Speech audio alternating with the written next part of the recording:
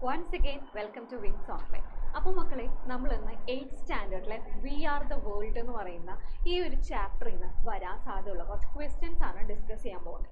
അതായത് previous year കഴിഞ്ഞ വർഷങ്ങളിലൊക്കെ ഈ ചാപ്റ്ററിൽ നിന്ന് ചോദിച്ചു, എന്തൊക്കെ ചോദിക്കാം എന്നുള്ള ക്വസ്റ്റ്യൻസ് ആണ് നമ്മളോട് ഡിസ്കസ് ചെയ്യുന്നത്. നമ്മൾ ഓൾറെഡി ടെക്സ്റ്റിൻ്റെ താഴെ പോയിന്റിൻ്റെ താഴെ കുറച്ച് ക്വസ്റ്റ്യൻസസ് കൊടുത്തിട്ടുണ്ട്. അതൊക്കെ നമ്മൾ ക്ലാസ്സിൽ ഡിസ്കസ് ചെയ്തു, പ്രിന്റഡ് നോട്ടൊക്കെ തന്നു നമ്മൾ കുറച്ചൊക്കെ ക്ലാസ്സിൽ എഴുതിയല്ലേ. അപ്പോൾ ബാക്കി ഇനി പ്രീവിയസ് ഇയർ ക്വസ്റ്റ്യൻസ് കൂടെ നമ്മൾ നോക്കണം അല്ലേ. ചിലപ്പോൾ അത് തന്നെയാണെങ്കിൽ ഇത്തവണ ചോദിക്കുന്നത് അല്ലേ, നമുക്ക് പഠിക്കാൻ കുറച്ചുകൂടി എളുപ്പമായിരിക്കില്ല. അപ്പോൾ കുറച്ചുകൂടി നിങ്ങൾക്ക് അറിയാൻ പറ്റുമോ അല്ലേ എന്തൊക്കെയാണ് ചോദിക്കാൻ. അപ്പം നമുക്കറിയാം ഒരു പോയത്തിൽ നിന്ന് ചോദിക്കുന്നത് എന്തൊക്കെയാണ്. ഒരു പോയത്തിൽ നിന്ന് എന്ത് ക്വസ്റ്റ്യൻസാണ് വരിക? ഒരു പോയത്തിൻ്റെ കുറച്ച് ലൈൻസ്, ചിലപ്പോൾ ആദ്യത്തെ കുറച്ച് ഭാഗമായിരിക്കും, ചിലപ്പോൾ അവസാനത്തെ ആയിരിക്കും, ചിലപ്പോൾ ഇടയിലത്തെ ആയിരിക്കും. അപ്പോൾ ഈ കുറച്ച് ഭാഗം ഇങ്ങോട്ട് തന്നിട്ട് അതിൻ്റെ അടിയിൽ കുറച്ച് ക്വസ്റ്റ്യൻസ് ഇട്ട് തരും. എന്നിട്ട് ആ ക്വസ്റ്റ്യൻ ആ പോയം നോക്കി തന്നെ നമ്മൾ ആൻസർ ചെയ്താൽ മതി. അതിൻ്റെ ഏറ്റവും വലിയ ഉപയോഗം എന്താണ്?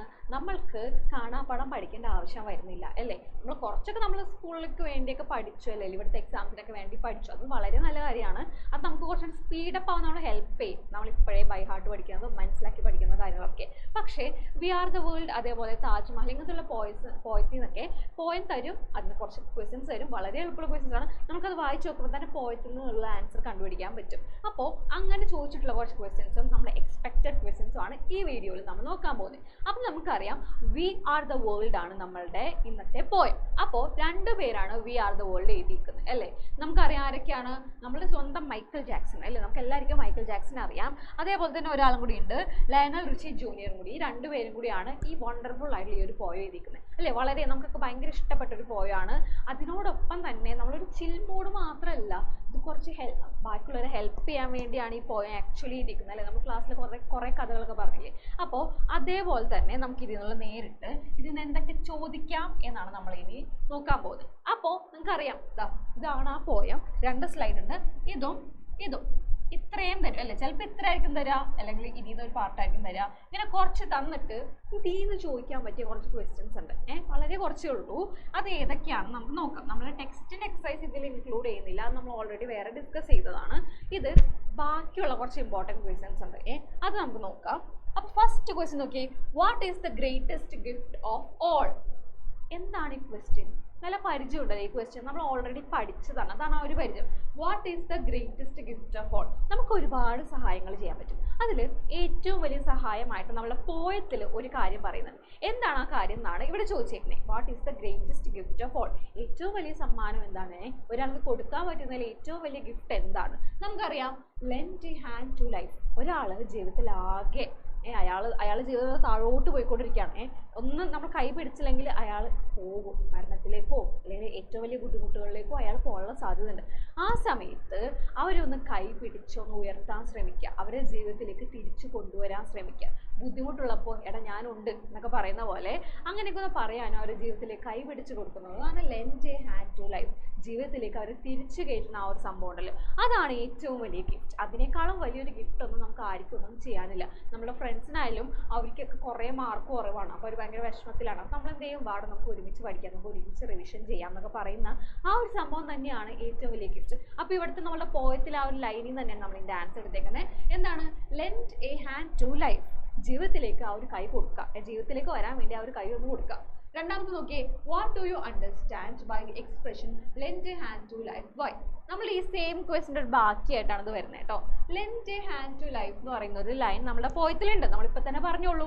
ആ ലൈനിൻ്റെ അങ്ങനെ പറയാനുള്ള, അതിൽ നിന്ന് നിങ്ങൾക്ക് എന്താണ് ആ ഒരു ലൈനിൽ നിന്ന് മനസ്സിലായത്? എന്താണ് സംഭവം? To help others. നോക്കിയേ, എന്താണ് lend a hand to life എന്ന് അർത്ഥം?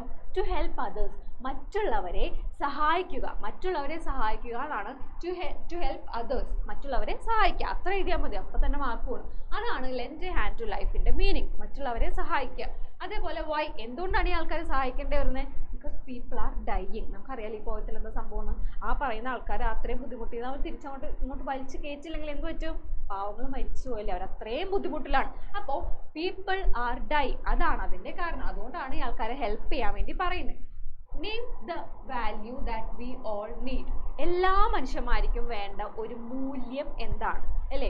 എല്ലാ മനുഷ്യന്മാർക്കും പല പല ക്വാളിറ്റീസ് ഉണ്ടാവും, പല പല വ്യത്യാസപ്പെട്ട ക്വാളിറ്റീസ് ഉണ്ടാവും, മോശം ക്വാളിറ്റീസ് ഉണ്ടാവും, നല്ല ക്വാളിറ്റീസ് ഉണ്ടാവും. പക്ഷേ നിർബന്ധമായിട്ടും ഒരു മനുഷ്യന് വേണ്ട ക്വാളിറ്റി എന്താണെന്നാണ് ഈ ക്വസ്റ്റ്യനിലൂടെ ചോദിക്കുന്നത്.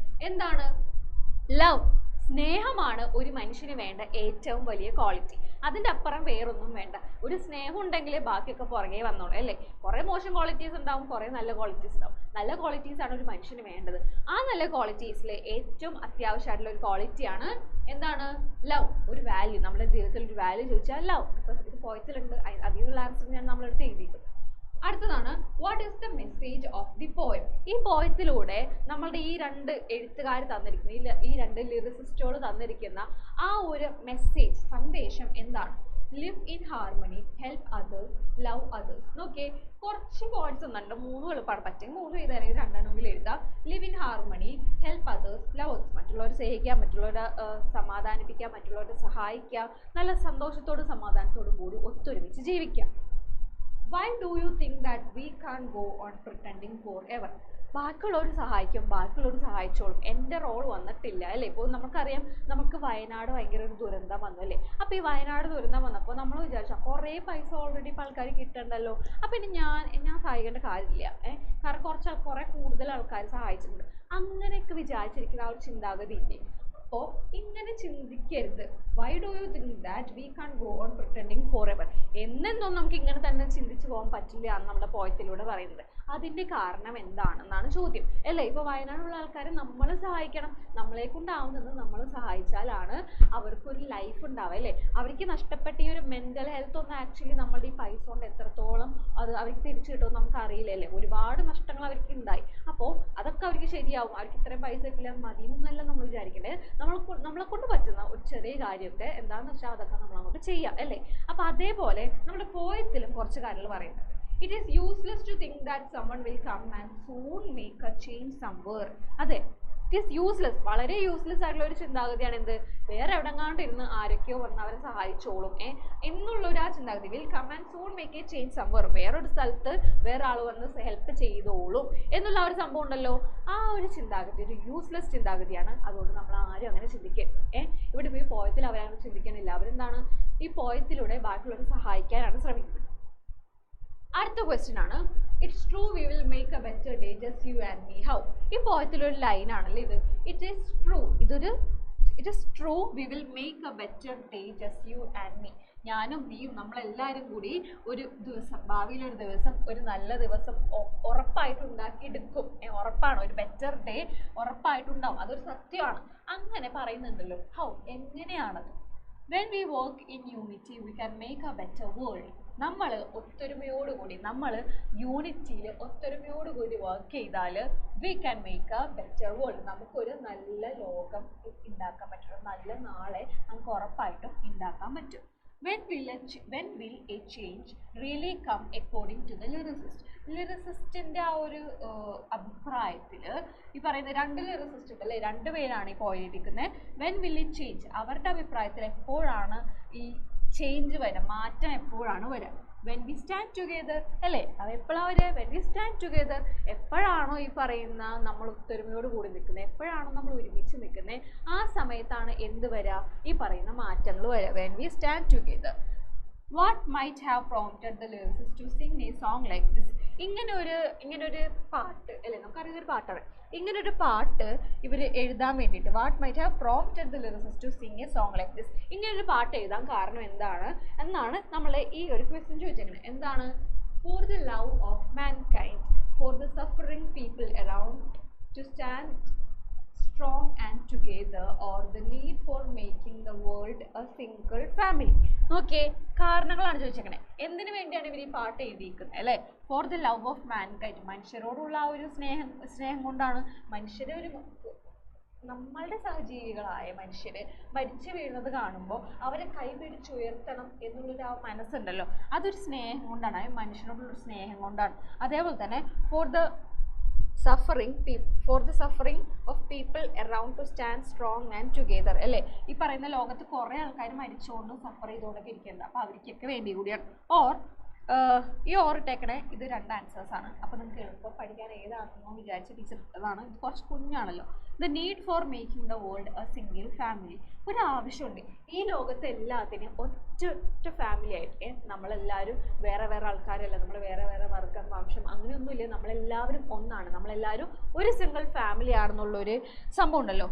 അത് the need for making the world a single family, ആ ഒരു സംഭവത്തിന് വേണ്ടി ഈ ലോകത്തെ മൊത്തം ഒറ്റ ഫാമിലി ആക്കാൻ വേണ്ടിയിട്ടാണ് ഈ ഒരു പോയം എഴുതിയിരിക്കുന്നത്. ഈ പോയത്തിൽ കൂടെ അങ്ങനെ ഒരു സന്ദേശം കൂടിയാണ് നമ്മളുടെ 2 ലിറിസിസ്റ്റുകളും നമുക്ക് തന്നിരിക്കുന്നത്. അപ്പോൾ ഇതൊക്കെയാണ് ഈ പോയത്തിൽ നിന്ന് വരാൻ സാധ്യതയുള്ള ഒരു ക്വസ്റ്റ്യൻസ്. അപ്പം നമുക്കറിയാം വളരെ നല്ലൊരു പോയമായിരുന്നു ഇത് അല്ലേ. ആക്ച്വലി ഇതൊരു പാട്ടാണ്, പക്ഷെ നമുക്കൊരു പോയം പോലെയല്ല പഠിക്കാനുള്ളത്. 2 മൈക്കിൾ ജാക്സനും പിന്നെ ആരാണ് ലയണൽ റിച്ചി ജൂനിയറും കൂടി എഴുതിയിരിക്കുന്ന ഈ ഒരു പോയം ആക്ച്വലി ഒരു പാട്ട്, ഒരു സോങ് തന്നെ പറയാം അല്ലേ. അപ്പോൾ ഓക്കെ, സോങ്. അപ്പോൾ ഈ സോങ്ങിലൂടെ അവർ കുറേ ആൾക്കാരെ ഹെൽപ്പ് ചെയ്തു അല്ലേ. നമ്മൾക്കും ഇങ്ങനെ ബാക്കിയുള്ള ആൾക്കാരെ സഹായിക്കണം എന്നുള്ള ഒരു സംഭവം നമ്മളുടെ മനസ്സിലേക്കും ഇവർക്ക് ഇതിലൂടെ എത്തിക്കാൻ സാധിച്ചു. അപ്പോൾ ഇതിൽ നിന്ന് ചോദിക്കാൻ സാധ്യതയുള്ള കുറച്ച് ക്വസ്റ്റ്യൻസ് ആണ് നമ്മളിവിടെ ഡിസ്കസ് ചെയ്തത്. അപ്പോൾ ഇതൊക്കെയാണ് ഇതിൽ നിന്ന് വരാൻ കൂടുതൽ സാധ്യത. കാരണം എല്ലാ ഭാഗത്തും നമ്മൾ ഏകദേശം ക്വസ്റ്റ്യൻസ് എടുത്തിട്ടുണ്ട്, പ്രീവിയസ് ഇയർ ക്വസ്റ്റ്യൻ പേപ്പറിൽ നിന്ന് ക്വസ്റ്റ്യൻസ് എടുത്തിട്ടുണ്ട്. അപ്പോൾ ഇതൊക്കെയായിരിക്കും ഇതിൽ നിന്ന് വരാം. അപ്പോൾ ഇത് വളരെ എളുപ്പമുള്ള ഒരു പോയല്ലേ. അപ്പോൾ വളരെ ആദ്യം എന്താ ചെയ്യേണ്ടത്, ആദ്യം നമ്മൾ പോയം ശരിക്കും വായിക്കണം, പിന്നെ നമ്മുടെ ടെക്സ്റ്റ് ക്വസ്റ്റ്യൻസ് ഒക്കെ നോക്കണം, പിന്നെ ഇതും കൂടി നോക്കിക്കഴിഞ്ഞാൽ നമുക്ക് ഇതിൽ എന്ത് വന്നാലും അറ്റൻഡ് ചെയ്യാൻ പറ്റുന്ന രീതിയിലായിരിക്കും. അപ്പോൾ അത്രേ ഉള്ളൂ. Thank you so much. എല്ലാവരും നന്നായിട്ട് പഠിക്കാം കേട്ടോ.